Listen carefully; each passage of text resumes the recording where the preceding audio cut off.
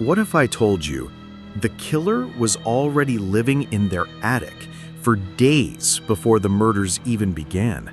In the cold spring of 1922, deep in the Bavarian countryside, there was an isolated little farm called Hinterkaifeck, a place so remote the nearest neighbor lived almost a mile away. A place where silence ruled the night, and where a family of 6 was about to step into one of the darkest mysteries in German history. But their story didn't begin with violence. It began with signs, small, disturbing signs, that something was terribly wrong. Only days before the murders, Andreas Gruber, the head of the family, found a trail of footprints in the snow leading straight to the farmhouse. The strange part? There were no footprints leading away, as if whoever walked in never left. Inside the home, a set of keys went missing. The tool shed, always locked, was found open, and at night, the family heard footsteps echoing from the attic. Soft, careful steps, like someone was pacing directly above their bedrooms while they slept. Neighbors begged Andreas to call the police, but he refused, brushing off the warnings, unaware he had just signed his family's death warrant. On March 31st, just before nightfall, someone or something began luring the family into the barn one by one. Victoria, the daughter, was the first to step inside, probably hearing a strange noise and going to check. Then her young daughter followed, worried for her mother. Then Andreas and his wife. Each family member walked into the dark barn expecting to help someone they loved, and instead walked straight into an ambush. The killer struck with a mattock. Silent, brutal blows. No one nearby heard a scream.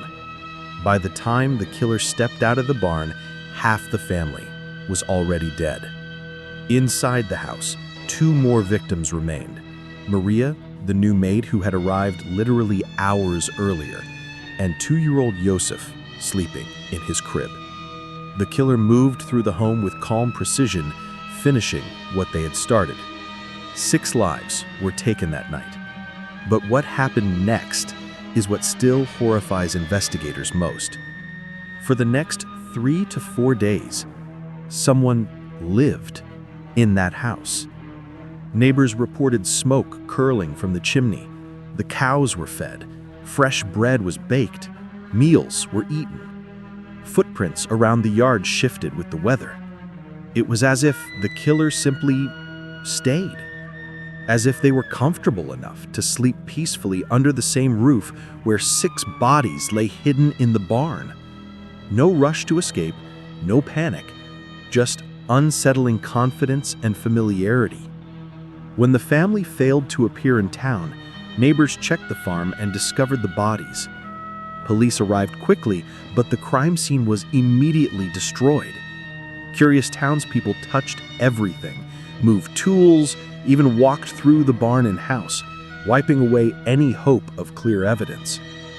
Even so, the investigators still uncovered clues. The killer knew the layout of the farm. They knew the family's routines. They were strong, precise, and moved with purpose.